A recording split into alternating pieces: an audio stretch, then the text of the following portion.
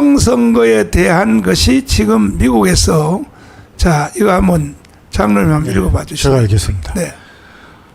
이것은 뭐 여러 그 유튜브에서도 이미 나오고 있고, 그런데 왜 이걸 지금 하냐면 이것은 조선일보, 조선비즈에서 나온 겁니다.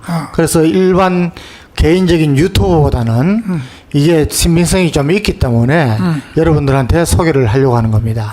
제목이 이렇습니다. 미 상원 조사로 공론화가 된 중국의 미 대선 개입 의혹, 이렇게 돼 있습니다. 예. 밑에 보면은 중국이 2020년 미국 대통령 선거에 개입했다는 내용을 담은 FBI 문서가 공개되면서 미 상원이 본격적으로 조사에 착수했다. 도널드 트럼프 미국 대통령과 그 측근들은 중국이 당시에, 그러니까 2020년 당시를 이야기합니다.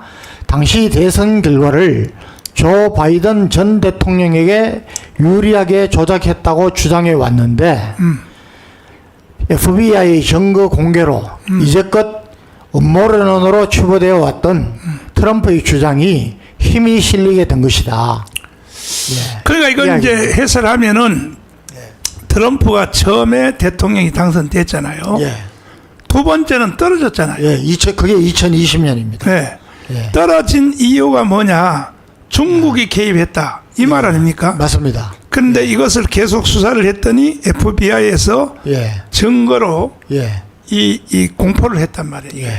그러니까 미국의 선거를 조작을, 트럼프를 떨어뜨리기 위하여 조작을 했다면 한국 선거는 조작을 할까 안 할까요? 그때 이제 그 주장을 한 걸 쭉 보면은 저 대통령, 미 대통령 선거도 그때 조작을 하고 뭐 이렇게 한 그 회사와 그 위치가 공교롭게도 중국 회사고, 또 뭐 제가 그때 본 이야기 기억나는 거는 그 위치도 또 우리나라에서 있었다고 제가 기억합니다. 그래서 이것은 뭐 어떤 신문의 기사나 이런 게 아니고 FBI가 조사한 내용을 이제 기밀 해제를 해서 밝혔기 때문에 상원에서 본격적으로 조사를 들어간다는 그 말입니다. 그러면은 이것하고 관련해 가지고 이번에 저 국제감시단이 왔었지 않습니까? 맞죠. 그 국제감시단이 왔을 때도 그 성명서를 보면은 이번 대선에 정말 의구심이 많다. 그리고 이것은 이 단독으로 뭐 이런 것보다도 중국의 개입 개연성을 그때도 지적해 놨습니다. 그래서 상당한 좀 파문이 있을 것 같습니다. 결국은 이제 그 국제감시단이 온 것에 대해서 그들이 이제 마지막 다 조사를 하고 선관위까지도 조사를 하려고 했더니 선관위는 조사받지 않겠다, 이렇게 나왔고, 그 다음에 지역에 있는 모든 투표소별로 국제감시단이 조사를 했더니 이거는 선거가 아니라고. 그 국제감시단이 그 발표한, 한국말로 발표한 그 마지막 성명서 갖고 있죠. 성명서, 떠날 때 마지막 성명서. 그러니까 이게 지금 뭐 중국이 한국 선거를 가지고 논다, 결국은 그런 뜻인데. 언제 내가 보냈잖아.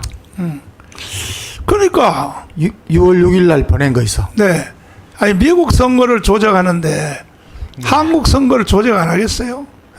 개연성이 있는데 저는 참 좀 꼭 이렇게 좀 지적하고 싶은 것이 이런 것이 있으면은 정말 자기의 결백을 위해서라도 우리 선관위가 해명을 적극적으로 해야 됩니다. 이거 한번 읽어봐 주세요, 장로님. 제가 읽겠습니다. 이게 2025년 6월 5일 날 최종 성명서입니다. 2025년 6월 3일 실시된 대한민국 조기 대통령 선거에 대해 국제공정선거연합, 즉 NEIA입니다. 산하의 국제선거감시단은 5월 26일부터 6월 4일까지 열흘에 걸쳐서 중앙선거관리위원회의 협조나 공식 승인이 없이 독립적으로 활동을 했다. 아, 예, 처음에 가서 했는데 네. 협조를 거부했다는 거죠. 거부했죠. 예, 제한된 여건 하에서 네. 기자회견 및 간담회를 개최하고 서울 지역의 사전 투표소를 방문하고 선거 공정성을 주제로 한 청년 주도 집회 및 영화 시사회에 참석하고 시민들의 선거 감시 활동 결과를 청취하고 국내외 언론 보도 분석 등 다양한 경로를 통해 이번 선거의 투명성과 공정성을 관찰하고 평가하는 데 최선을 다했다. 네. 감시단은 X, 즉 옛날 구 트위터를 이야기하는 겁니다. 네. 페이스북 등 다양한 소셜 미디어 플랫폼을 통해서 또한 한국 및 미국의 언론 매체와 독립 언론인 그리고 에폭 타임스, 워싱턴 타임스, NTD 뉴스, 스티브 베넌의 월룸, 뉴스맥스 등 주요 국제 뉴스 채널과 디지털 플랫폼, 유튜브 채널과의 인터뷰를 통해서 네. 이번 활동 과정 및 결과를 국제사회에 공유했다. 네. 이번 선거에서는 특히 사전투표와 당일투표 간의 극단적인 득표율 괴리가 반복적으로 확인되었으며 네. 이는 이미 2020년, 2022년, 2024년 선거에서도 문제로 제기된 바 있다. 예. 당시 청년청은 사전투표, 고령청은 당일투표라는 통념이 유권자 분포의 비정상적 왜곡을 정당화하는 논리로 사용되었으나 2020년 공식 통계에 따르면 실제 사전투표 참여자의 다수가 고령층이었다는 점에서 이 설명은 스스로 모순에 빠진 바 있다. 근본 선거에서도 유사한 패턴이 재현되었고 그 통계적 일회성과 조작 가능성에 대한 우려가 제기되고 있다. 아울러 감시단은 다수의 청년들이 자발적으로 선거 감시와 공정성 회복을 위한 자유운동에 적극 참여하고 있다는 점도 확인했다. 이는 특정 연령층을 일률적으로 정치 성향이나 투표 방식에 따라 규정하려는 기존 프레임에 의문을 제기하게 한다. 감시단은 이번 선거 감시 활동을 통해 선거의 투명성과 신뢰성에 중대한 의문을 제기하는 구조적이고 기술적인 결함과 현장 이상 징후들을 반복적으로 확인하여 세 차례에 걸친 성명서를 발표한 바 있다. 이제 6.3 대선이 모두 완료된 시점에서 핵심적인 개표 결과에 대한 견해와 우려를 밝히는 것으로 최종 성명서를 대신하고자 한다. 네. 1. 가장 특이한 현상은 당일 투표와 사전 투표 간의 극단적인 득표율 괴리이다. 아. 이번 대선에서 전체 투표율은 79.4%, 사전 투표율은 37.4%로 나타났다. 따라서 당일 투표율이 42.0%로서 사전 투표율에 비해 4.6%가 많다. 제1후보 이정희를 이야기합니다. 제1후보는 당일 투표에서 37.96%를 득표하였으나 사전 투표에서는 63.72%를 득표했다. 아. 제2후보 김문수는 당일 투표에서 53%를 득표한 반면에 사전 투표에서 26.44%를 기록했다.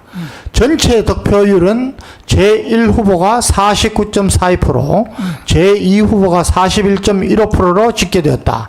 즉 제2후보는 상대적으로 비중이 큰 당일 투표에서 15% 이상이나 이겼지만 사전 투표에서 37% 이상 큰 격차를 쳐서 결과적으로 8.27% 차이로 패배한 것으로 분석된다. 동일한 유권자 집단을 대상으로 불과 며칠 차이로 진행된 두 투표에서 양측 간의 득표율 격차가 최대 27.28%포인트에 이르는 것은 통계적으로 거의 찾아볼 수 어려운 이례적인 현상이다. 다른 소수 후보와의 대비를 통해서도 이상 징후가 재확인된다. 제3후보 저 이준석이 얘기합니다. 그렇죠. 제3후보는 사전투표 8.83%, 당일투표 7.94%, 비슷하네. 예, 전체 8.34%를 득표하였고, 비슷하죠. 네. 네, 비슷한. 제4후보도 사전투표 0.96%, 네. 당일투표 0.9%, 전체 0.98%를 저거 투표했다. 민노총의 후보잖아요. 예, 예. 저것도 똑같잖아요. 예. 결국은 예. 네. 두 후보 모두 사전투표와 당일투표 간의 투표율 차이가 플러스 마이너스 1%포인트 이내로 안정적으로 유지됐는데 이와는 달리 제2 후보 간에는 단기간 내에 결과가 완전히 뒤바뀐 현상이 발생했다는 점은 사전투표 집계와 개표 절차 전반에 비정상적인 요소가 개입됐을 가능성을 강하게 시사한다. 따라서 이번 선거에서는 사전투표 시스템과 개표 과정에 대해 적극적이고 정밀한 기술 분석 및 검증이 반드시 이루어져야 할 것이다. 출구조사의 신뢰성 및 발표 방식 개선이 필요하다. 지상파 방송 3사는 선거일 당일 오후 8시에 출구조사 결과를 발표하였고 이재명 후보가 51.7%, 하하. 김문수 후보가 39.3%, 네. 이준석 후보가 7.7%를 기록했다고 보도했다. 실제 전체 득표율은 이재명 49.42%, 김문수 41.15%, 이준석 8.34%로 집계되었으며 당일 투표 기준으로 보면 이재명 37.96%, 김문수 53%, 이준석 7.94%였다. 즉 출구조사 수치는 실제 전체 득표율보다 이재명 후보에게 유리하게 김문수 후보에게는 불리하게 나타났으며 실제 당일 투표 결과와 비교할 때는 격차가 더 심화된다. 지상파 3사 출구조사는 개표 시작 직전에 발표하며 이는 실제 개표 이전에 유권자들의 인식과 반응을 형성하는 결정적 요인으로 작용한다. 맞아요. 따라서 출구조사 결과는 가감없이 정직해야 하고 신뢰도가 공적으로 검증 가능한 방식으로 전제되어야 한다. 출구조사는 법적으로 사전투표를 포함하지 않으며 당일 투표자만을 대상으로 실시되는 것으로 알고 있다. 그럼에도 방송사들이 출구조사가 아닌 다른 방법으로 사전투표를 계산하고 이를 반영하여 전체 예상 득표율을 하나의 수치로 발표하는 방식은 혼란을 초래하고 출구조사의 정확성 판단을 어렵게 만든다. 따라서 출구조사는 반드시 사전투표와 당일투표를 구분하여 발표해야 하고 출구조사의 정확도는 전체 득표율이 아니라 당일 투표의 실제 득표율과의 비교를 통해서만 평가되어야 한다. 방송사와 선관위는 출구조사의 조사 대상, 방식, 통계 처리 과정, 사전투표, 전화 면접 포함분 여부 등을 유권자에게 투명하게 공개해야 하며 이는 공적 신뢰 회복과 선거 공정성 확보를 위한 필수적인 개선 조치이다. 네. 3. 시민 제보 및 점검물에 대한 해명이 요구된다. 감시단은 여러 시민단체 및 현장 감시단체로부터 투표 영상, 사진, 이상 정황 자료 등에 대한 설명을 들었으며 이는 단순한 음모론이나 개별 사례로 취급하기에는 무게감 있는 증거들로 구성되어 있었다.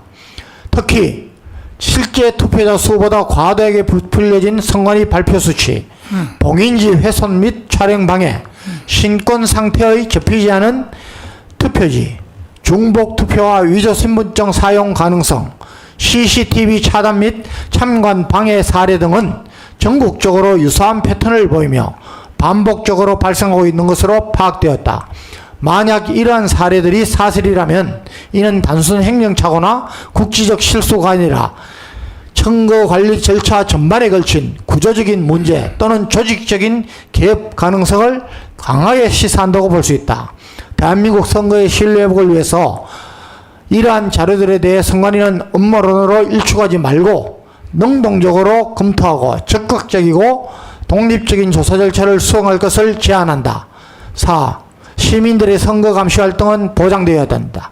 감시단은 현장에서 다수 시민들로부터 감시 활동에 대한 절박한 요청과 제보를 청취했다.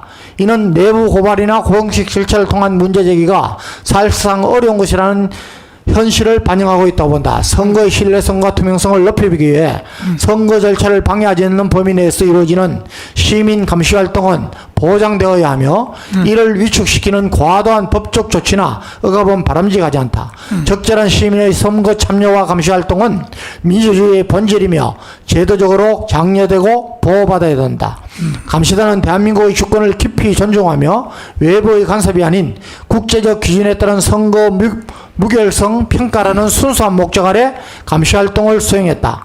깊은 의혹이 드리워진 상황에서 이를 단순한 업무론으로 치러보는 것은 책임있는 민주국가가 취할 태도가 아니다.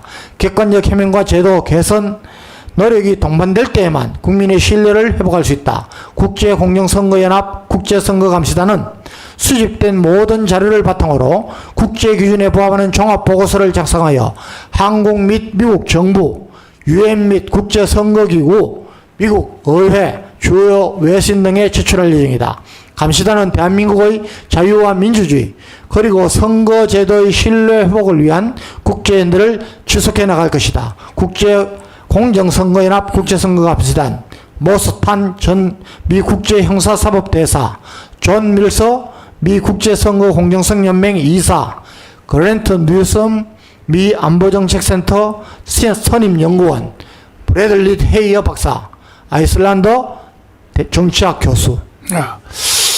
그런데 왜 그 국회에서는 쓸데없는 3대 특검 있잖아요. 네.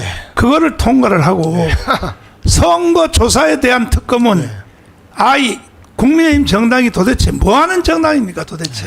예?